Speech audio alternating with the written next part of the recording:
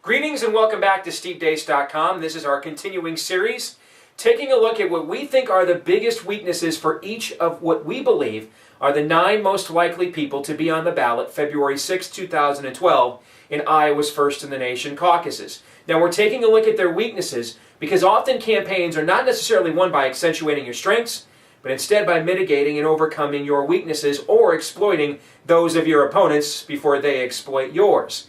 So therefore, we're taking a look at what we think are the biggest obstacles for each of the people, the 9 people that we think are the most likely to be on the ballot here in our First in the Nation caucuses between now and when we are scheduled to go to the polls to vote, which is on February 6th of 2012.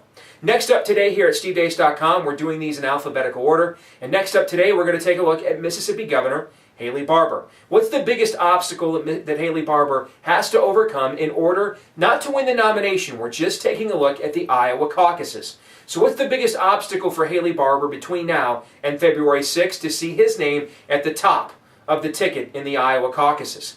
And for me, I think it all goes back to Haley Barbour's ill-fated speech at the Night of the Rising Stars held by the Republican Party of Iowa in 2009. Maybe you remember it. It went a little bit something like this. I don't think it's compromising your principles. It's not compromising your principles. Now, what principle was Haley talking about not compromising? Well, the principle found in your Declaration of Independence and the one found in the Word of God, that all life is sacred and the first inalienable right is life. That's all. The one principle that probably defined the Republican Party for the last 30 some odd years, and that is the life issue. The one principle that drove Christian conservatives to become Republicans and Catholics really for the first time in American history to vote Republican, and that is the pro-life issue. And Haley Barbour came to Iowa speaking unity. But whenever there's unity, that means there's got to be a consensus. And to reach a consensus, one of 2 things must happen. A, someone must compromise their viewpoint, or B, someone must surrender their viewpoint. Because that's the only way to reach consensus, because otherwise, well, there's a difference of opinion. And it's always interesting that it's always the social issues where somehow there has to be compromise. Could you imagine if old Haley had stood up at that Night of the Rising Stars in 2009 as Obamacare was being debated in the U.S. Congress and said, you know, you're just going to have to put up with a little bit of government health care. You know, and there's some Republicans that, you know, they're good Republicans and they think the government ought to control your health care and raise your taxes. And then there's some Republicans and they're good Republicans and they think the government ought to obey the Constitution and not do either of those things. But you know what? You don't have to agree with one another, Haley Barbour, to be a good Republican. And then he ended it with, I don't think it's compromising your principles. It's not compromising your principles. Now, can you imagine if he had given that speech?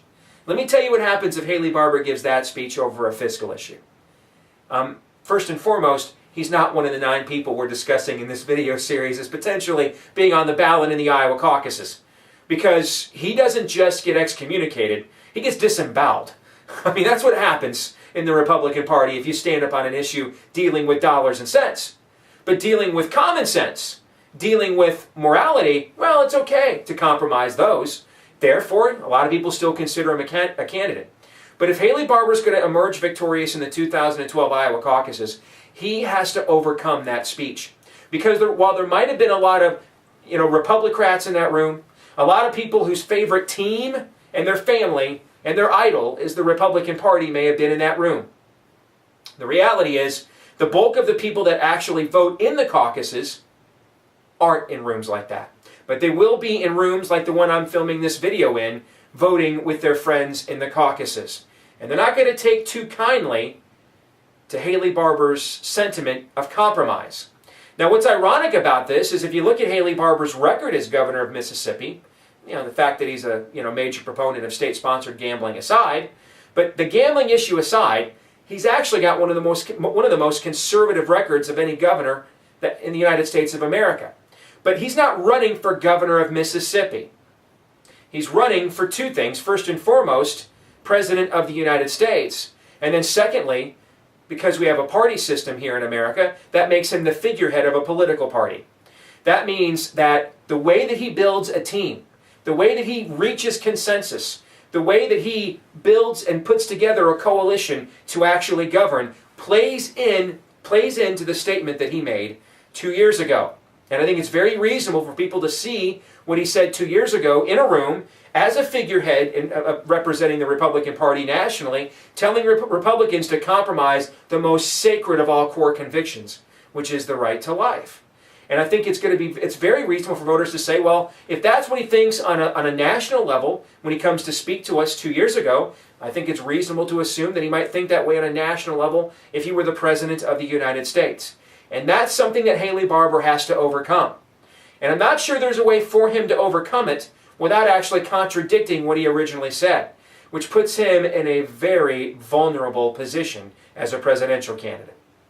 Thanks for joining us here at SteveDeace.com. Keep tuned in right here at SteveDeace.com as we break down the fatal flaws of all 9 people that we expect to be the most likely to be candidates on the ballot in the 2012 Iowa caucuses. Check us out on Facebook, Steve_Deace on Twitter, Steve at SteveDeace.com is our email address. God bless.